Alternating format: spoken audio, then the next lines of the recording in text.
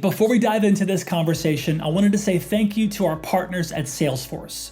We bring marketing and engagement together. Learn more at salesforce.com/marketing. Now let's get into it.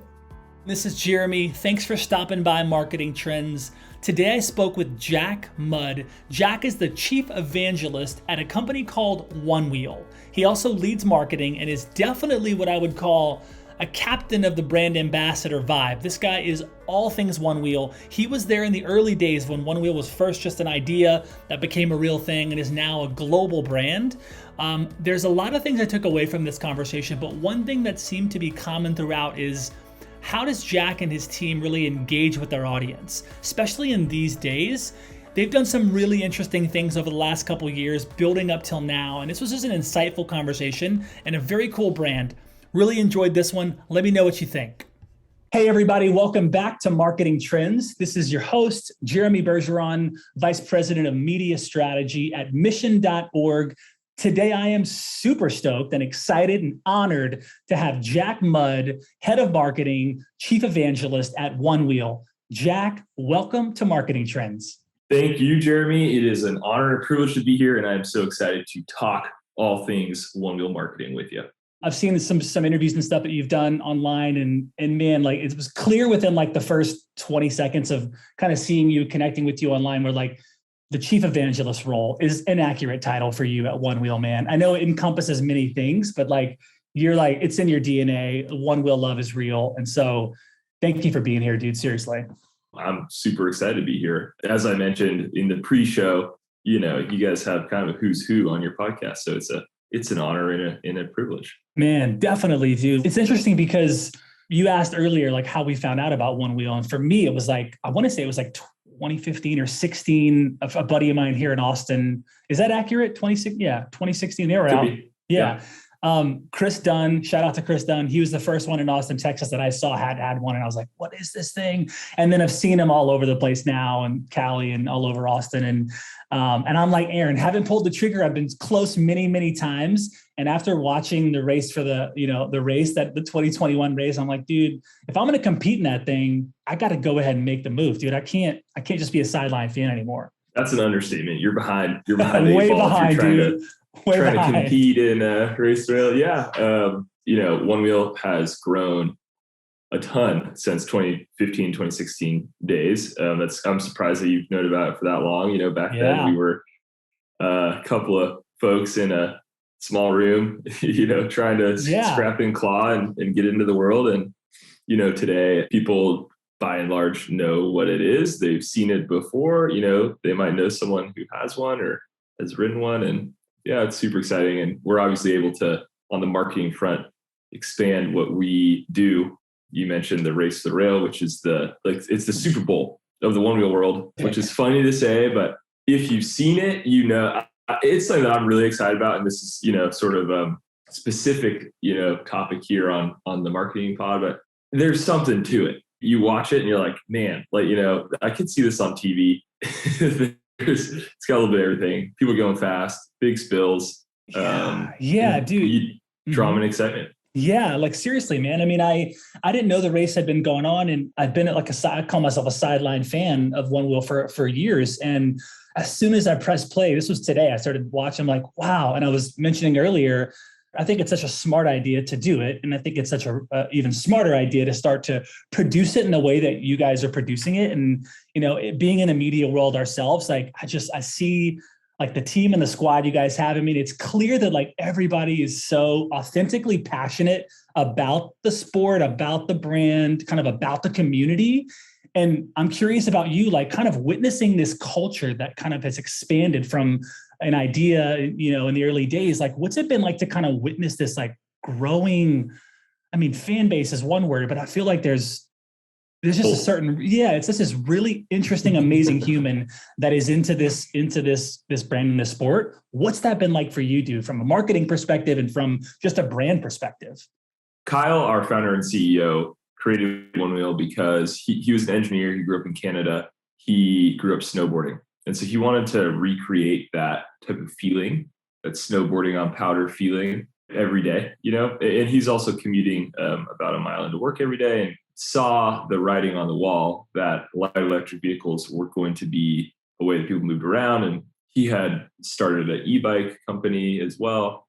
And so I think he wanted to combine those two things. I was reflecting back in preparation for this interview on some of the key things that we did in the beginning. And I think one of the best things, most important things that we did is that we were very intentional. Probably the week after it funded on Kickstarter, we sat down.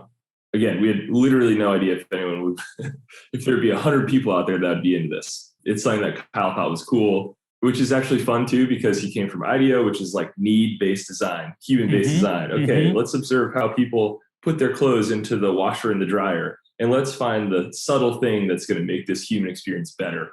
OneWheel is not driven from like a human-based need. He didn't approach it from the standpoint that's like, well, it'd be more efficient or practical if we had like a single wheel on a board. Like it was 100% like, this is awesome. I want to make this awesome thing. So it's a huge departure from his background, which I think is really fun. And we've kind of bottled up that ethos as we've gone. So a weekend, we sat down and we're like, what is this about? What is this thing about? What is this brand about? And at the time, there was basically Segway.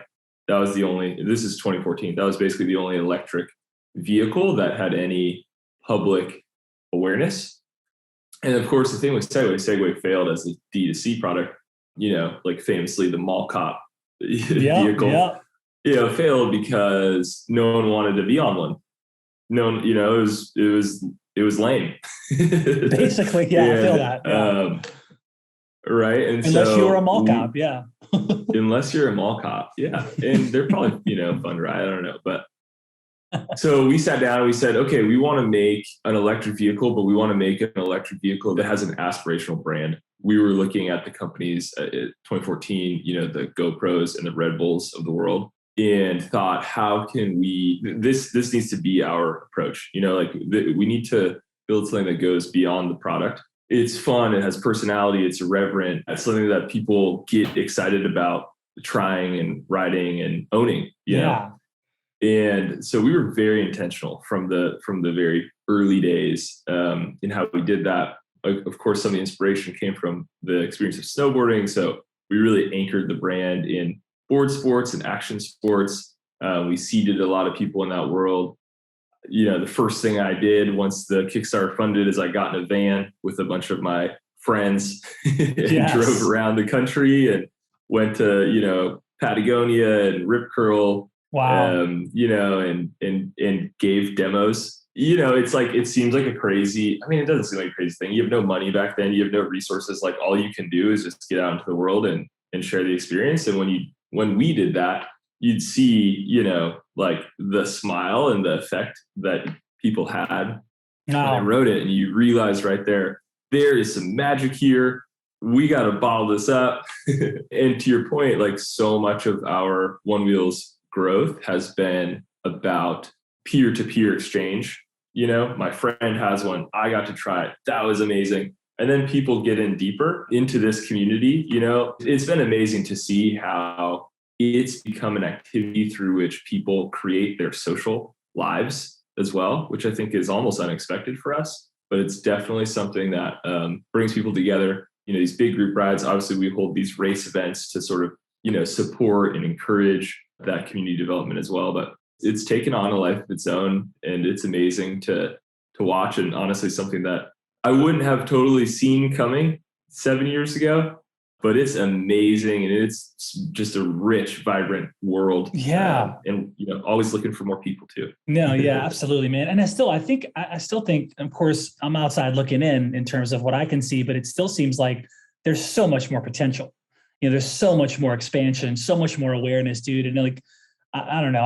I'm very bullish. I was always bullish on the brand, but as I kind of look a bit more into the landscape, I'm like, man, they're doing amazing. And there's so much more that's coming, I think. And you probably see that and feel that. But in terms of like shifting into some of the marketing things that you're doing, I love the grassroots stuff. And I think that just makes sense now connecting with you. I'm like, of course, Jack's hopping in a van with some of the peeps and they're going to go and just let people experience it. And then when did some of the kind of other marketing mix stuff happen? Like, did was it within that kind of first year you said, okay, now we're going paid search. Now we're going to do some either non-traditional, traditional things. When did some of the other marketing things begin for the brand? So as I mentioned, like the foundation, I think, for everything we do is the experience. OneWheel is an amazing experience, right? So how do we bottle that up, and how do we propagate that, put that in front of people? Obviously for us, video has been huge, social media has been huge, events, and PR, like the traditional marketing mix, I would say. Obviously you need to be doing all of those activities. We've definitely found our secret sauce. And I think now, in 2021, that's always changing. I think what's working, as algorithms change, as social platforms change, as COVID, comes in and takes your 2020 marketing strategy of doing pop-ups all over the world and tears that up. One. Yeah, there goes that one. Yeah. Jeez. So yeah, we're, I think, absolutely always learning, but we have obviously taken that sort of different brand position that we've occupied. Like, people need to see the product, so for us, YouTube has been huge. The influencer, we've hit some waves through sort of the early days of Instagram and YouTube. Now I think we need to readjust it, to TikTok and the other platforms that are emerging. One of the things that we've done best when it comes to social media marketing is just not being stubborn. We do what's working, which like sounds logical. And there's the temptation to say, oh, we need to post beautiful photos to Instagram. Mm-hmm. Well, like in 2021, beautiful photos don't work, So like, what is working? Is it shaky cell phone video? Yes, it is. There's the phase where you scratch and claw and hustle, right? And then there's the phase where you figure out those things that are working for you, which for us is like YouTube pre-roll, a lot of press, a lot of digital acquisition, social media marketing, some of these in-person events to share the experience. And then there's like moving the entire operation to the next level, which is like, more mass, right? As you mentioned, and I'm well aware, like there are so many more people out there who you ask, never seen, never heard of OneWheel, right? So our job now is to really scale that, out of home, TV, some of the traditional sponsorship, some of the traditional sort of like major marketing activities. And yeah, remembering who we are and keeping our spirit through it. Yeah, that's awesome. And it's clear, I mean, again, outside perspective, but it seems like you guys have really maintained, that through line of what you represent, even as you scale and grow. I'm curious about the kind of D2C play and also the retail play. When you first started, it was just direct, it was just D2C, right? There was no retail. True. Okay. And then was at some point along the line, there kind of came this retail play. Was that, because we've had a couple of brands across our network that are interesting kind of D2C or even CPG brands or others, and thinking about why they go D2C versus why some of them don't, or why some of them mix, or some of them go straight retail and don't go D2C. What was kind of some of the thinking into that? Okay, now we've got D2C, we're clearly growing there. How did retail get into the equation, and how's that going? Yeah, obviously, we were a 2014 Kickstarter brand, which is, D2C is like how you start, because you don't have any other option. So that, that was really convenient at the time. But, as the company grew, we wanted people to be able to walk into a store, say an action sport or outdoor outfitter type of shop, and see the product and discover the product just like you did, and say, oh, this is where this product lives.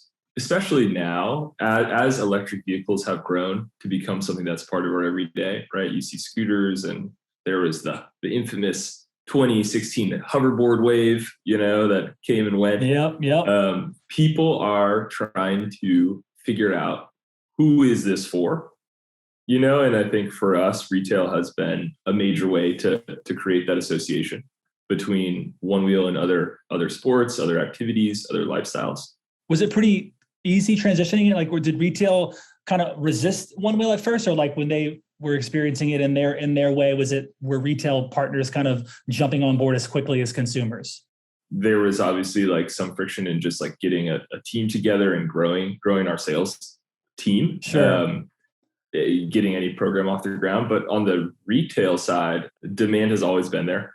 A lot of our retailers will almost like sell out of OneWheels before their order comes in. Then their order comes in, and then they, call up their people and they come pick up their wheels and they order another batch. So yeah, no, I think it's been a win-win. It's also like how we can expand into other markets, so now I think we have 700 retailers in the US. Wow. But we also have a retail network in Europe and in Australia. That's something that I think is really exciting to us too, because the amount of OneWheels that are sold internationally is a tiny fraction. So, part of our next step here is taking what we've done here and moving that into other markets too. That's awesome. How's that been just in terms of, what are you learning about kind of expanding? You've expanded locally and nationally, and now you said you're going international.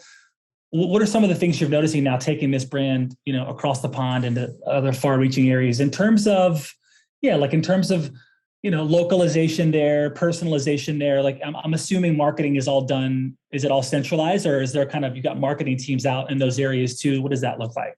Well, for us, that's something that's evolving. So right now we do, all of our marketing from Santa Cruz, California. Sweet. But I think I hope that will change in 2022. I'd like to get some marketing firepower in local markets, just because, I've talked to folks that have done this before, and you need to understand the area, to get your brand and your value proposition across there. I was talking to the former CMO of GoPro, Paul Crandall. Nice. And he was saying, talking about how, before they had someone on the ground in China, all their POP displays were actually saying, "Eat this camera." Wow. Because they were using Google Translate. I thought that was a fun anecdote. Yeah. I think that's the structure that makes the most sense to have people in those areas. It's not something that we currently have, but something that I'm really looking forward to as a challenge for 2022 and beyond. And it's something that we were looking at, in 2021, but I think just environmental factors beyond our control have, affected that too. So we talked about retail, D2C, partnerships. You talked about influencer marketing a bit too, and that's really interesting. You talked about, go ahead. Everyone, you listen to a podcast, everyone will tell you authenticity is important when it comes to influencer marketing. I listened to someone say that, I'm like, well, of course, right? We've sent out a lot of OneWheels, and we've learned that 1,000 times over. If someone doesn't love the product, ultimately you're not going to get anything valuable in return. We're no longer in the days where an Instagram post with a tag is impactful. Like, it just isn't. It's not worth, for any marketer out there listening, it is not worth paying whoever you were thinking about paying to post one time on Instagram. Valuable influencer marketing for us has been 1,000% relationship based. And these are situations where I will seed product, not ask for anything in return, not have them sign a thing. I'm sure this is like all worst practices, but what I want to know is if you love it. And if you love it, then I'll come hang out with you. I'll go for a ride with you. I'll go get coffee with you. We'll talk OneWheel. We'll talk life, and those are the relationships, like friendships. I shouldn't even, it's like legitimately friendships that end up being, I hate looking at it in terms of value, but that's what it is. Someone for us, that rings a bell is Adam Savage, the host of Mythbusters, if you're familiar. Mm-hmm. Yep. The most awesome dude ever. Also, he's Adam awesome. is an absolute legend. But that's someone who, was curious about OneWheel, sent him aboard, didn't ask for a thing. He starts sending me text messages about how amazing this thing is. We go hang out and become buddies. And Adam has done so much awesome stuff for us. Like, he came to our factory and built his own board and put it on his tested channel and all these things, which I am well aware is worth a lot of money. Like if you're to cold call approach someone like that and say, hey, we have a concept we really like to do, let's pay you 30 G's or whatever, do it. Like, that is one way to go. It's not a way that we could afford in, the early days. And that actually sort of by necessity led me towards this sort of like relationship model. But I would definitely say that far and away, like that's been my takeaway, my experience. And it's the same with the YouTubers, all of these big YouTubers that, people see riding one wheels, like I know them as people. It's key, like you think about it personally, someone sends you a formal email, proposing something versus your friend texting you and be like, hey, you want to go ride some one wheels with me in Austin next week and eat tacos? Like it's night and day. It's just like how humans work. So that's my biggest takeaway. Now, I think the challenge there is like how you scale that, right? And so you probably need to hire people on your team that also have those relationships and can, there's only so much time in the day to chat with people. But yeah, I think in terms of influencer marketing, it's been essential to us, to our growth. It's like I view it as like a Super Mario shortcut. You got to scratch and claw to grow on social and to gain eyeballs, right? And paid media is expensive, and you get what you pay for, right? And so getting into these people's YouTube channels, getting mentions on Instagram that are organic and that are happening, consistently. And as an audience, you look at this influencer like, oh, this person actually rides this thing, versus like, oh, this is a paid promotion. We're so smart nowadays. No one is fooled. Right. We're not getting fooled by anything. You know. So I think that's been essential for us for sure. That's awesome, man. Also, I want to pitch this to you. Sometime in the next year, you come to Austin. We do a one wheel ride together, and we do we do record a show while we're on a one wheel. You and me just kind of cruising. We do audio. We'll worry about it. We'll produce it, but like I don't think it's been done. Has anyone done a one wheel show on a one wheel podcast on a one wheel? We've talked about this concept quite a bit. Okay. Internally. Yes. Okay. We have folks in our office who would be very jazzed to be a part of this as well. The mobile podcast. We actually considered having a desk, like sort of backpack desk with two people and having the whole thing. Yes. But you could ride. Yes. So yes. I think it's a good concept. All right. Okay. Well, we'll put a pin in that one. I want to. Hopefully, Mission gets a seat at the table, but I think it could be fun. Austin's a great city to do it, and it could open up a whole new world. We want to get all the Fortune 500 and 100 executives who are the one wheel fans, and if you're not, here's your chance. So mobile podcasting. Mostly, I want to come to Austin for a food tour. But that would also be fun to do on one wheel. Yes. Well, that's good. That's like just a prerequisite. If you come to Austin, we hit as many spots as we can, because that is a big reason why I live here, by the way. The food is amazing. So in terms of like, the team now, the marketing team, is there kind of a bunch of folks in-house? Is it kind of a mix of in-house plus you hire agencies? What's your view on hiring now versus outsourcing stuff on marketing? What's that look like? We have taken a pretty organic approach and grown internally, I would say. Obviously, coming into the business, on day one, you don't have the resources to hire expensive agencies. And I actually learned by doing everything myself, which I think is awesome because you learn every facet of marketing, whether it's content creation, public relations, social, like you learn it all. And then, we've hired folks that are better at that stuff than I was, which is always the goal. So yeah, we've created a pretty strong team in-house. There's about 10 marketers now. Cool. On our squad. I think now we're at a point where we would consider agency help for certain things, whether it's like organizing a pop-up tour or whatever. But we definitely grew up doing everything ourselves, which I think has its pros and cons. You learn a ton. Sure. You learn so much doing it yourself, and your team retains that knowledge.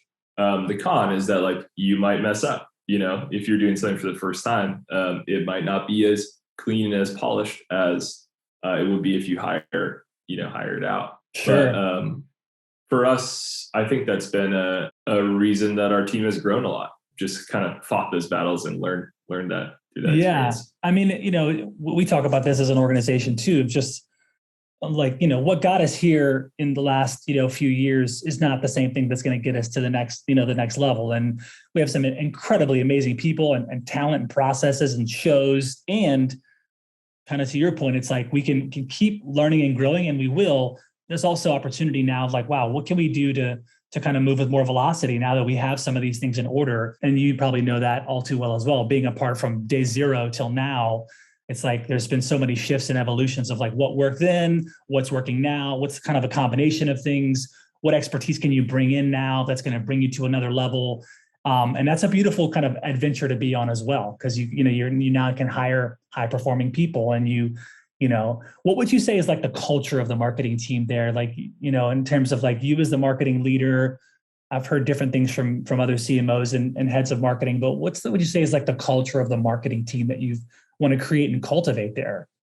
Wow, the culture of the marketing team at OneWheel. It is loose, fun, irreverent. Yeah. It is all the things I thought. Really, Okay. we really, we live that lifestyle. Yep. Arguably too much, you might say. Sometimes I wonder how we get things done. But yeah, I mean, I think for us in our product, when you think about why we are doing this and why people love this, is because it's a lot of fun. OneWheel is a ton of fun. People have a ear-to-ear smile on their face when they ride this thing for the first time. And that's like the secret sauce, So it would be disingenuous for us to not have fun in what we do. Our team is really close-knit, gets along great. A lot of those relationships are forged through the events that we go out into the world and do, through the content that we create. I think that culture has been really important in continuing to make sure that brand has kept its magic, as it's grown up a little bit. And I think that's super important to keep, as we scale up from here as well. 100%. Something that I hope to inspire with our team is just this idea that Kyle, our CEO, has done an amazing job of inspiring me, is like, what do we want to do? Like, what sounds fun, because at the end of the day, like we can strategize our hats off. But oftentimes, like, instead of overthinking something, like what does Jack want to do this year? That sounds just like an epic time. What do I want to tell my friends? I actually think this is a great lens to think about. That's great. How many times does your friend group, you're at a bar or a cafe, and it's like, oh, how's work? And you're like, I think that as a marketer, we are not successful if you don't have something exciting to share in a personal conversation with your friend. You should have something that you were like, oh man, we're doing this thing. Like, I don't know if it's going to work. That's great. But it's like, I'm so excited about it, because that's word of mouth, right? That's something that then someone, we did, for example, we did a contest where we had people submit their town as the most boring town in America. And we then selected a winner. We selected the most boring town in America, and we went there and we threw a party for them. What town was it? So like, oh man, this is so bad that I forget the name of the town. Oh, Martin City, Missouri. Martin City, Missouri. Okay. Is where we went. And then you went local down there. News came. I mean, it was amazing. Local news came and was like, this is not the most boring town. Look at all the things you can do in Martin City. The people were amazing. We had the best time. It was the coolest thing ever. And that's an amazing example of like, okay, what do we want to do? What sounds fun? What's gonna generate this word of mouth marketing? Because that's the stuff that you can't pay for, right? But you also can't fake it. You legitimately, it has to be something that like you might now go tell someone, like, what those guys did, like, yeah, because it's fun. 100%, man. Dude, I just gotta say, I love that, man. I think it's so important. I mean, I think just it's like coming back to the thing we talked about earlier, which is like is being authentic. It's also being authentic within your own team and your own company, and it's like that element of fun was there in the beginning. That is the same element, that will continue to be there. It's like, well, let's ask those questions and let's not add unnecessary complexity, to this thing as we scale. Look, operationally and logistically, sure, we got to deal with supply chain and globally, all this stuff, sure. And what sounds like the most fun next year? What sounds like the most exciting thing we can share with our peeps? And like, And I love that you're still doing that. I think that's so important. I know there's been a lot of brands that many of them we've connected with, as they've grown, they've kind of lost that a bit, and I don't know if that just comes with size or with whatever. I think there's probably a lot of variables, but you get a glimpse of what they had in the early days, and it's like, man, now they're this big kind of, operationally large organization. And sure, they're doing a lot of revenue and that's all great, but it's like, man, did you forget like that it was Sure. that early day flow? And man, you guys have kept that vibration, which I think is so cool, man. I'm glad you said that. It's so cool, and it's effective and it's important. Exactly. The race to the rail is another example of like, what, I think we decided we should just start a OneWheel racing league, which we started last year. It's like fantastic. That sounds awesome. And lo and behold, that's the first thing that you mentioned today. Yeah. Yeah, it's what drives the narrative. It's like, what are you doing in the world? That matters. Like, why are you relevant? If you're not doing anything that no one else is doing, then you're just not going to be, Right. What are some of your favorite kind of, marketing, tech stack tools, some of the things that you like to look at in terms of intelligence now as you're growing? You have kind of a favorite, some of the things you're using to look at data? I operate on gut all the time. Now we look at some data, and luckily I have some smarter people that I work with that look at data. People's behavior on the website obviously is really important. The digital ad stuff is obviously incredibly important, and then obviously how social media is performing. We track that stuff. So I'm being a bit disingenuous, but I'm not a data-driven person, to be honest. We survey our customers and we survey non-customers as well. That's a practice that we've begun, which has been really important because we've learned that our customers aren't always who we thought they were. We've learned that our customers are really, really broad, from what we call elk eaters, hunt, fish. That's like a part. We're far away from that part of the world, and we live in like a surf community. It's not something that we immediately associate with OneWheel, but it's people that ride ATVs and have toy hauler, like they love OneWheel, and we're also on the other side of the spectrum starting to see, women who are doing yoga and are into, health and wellness and mind and body connectivity. Those people also love OneWheel and are adopting it quickly. So some of that survey information I think has been really informative to our strategy. I also appreciate, the fact that, it's like there's an intuition, there's an instinct, there's this gut, like you said. Like, I think that's also, again, look, that's been proven to work for you in the past until now. So let's not lose that, right, as you kind of grow and scale with the squad. But I love that, and like, it seems like a lot of modern day marketers and CMOs and things like that, it's like it's interesting to see this blend of like right brain, left brain, what's important to them. Some really care about the data, some more on the creative side of things, some are kind of a mix in between. But again, it's like what I feel and kind of am getting from you is like, you've identified strengths individually on the team, and it's like you're remembering those strengths. In this case, it's like, hey, look, we've got great people that help support the data, and that's great. But like, my strength is in being a little bit more instinctual and thinking about how this thing grows to the next level. And I love that. Again, it's another kind of feather in the hat of like, let's not lose that while we grow. So, dude, this is so awesome, man. We've got about 10 minutes left. So I want to get into the lightning round and ask you some fun questions. But is there anything else that like you wished I would have asked you, or stuff that maybe something that you don't get to talk a lot about and you now want to talk about it? I think one of the most important things that you can do is to keep finding new territory. For us, we think of the most important things that we've done as a marketing team over the years, and a lot of those are firsts, right? So the first time we put a billboard felt like a big moment, right? The first time that we advertised on television, the first time that we did a pop-up shop, physical retail presence, those are all really big moments for the brand. And so, and I think that's a lens that I definitely try to look through as we figure out like, what's the next frontier, and also just as a team, like that stuff is new and exciting.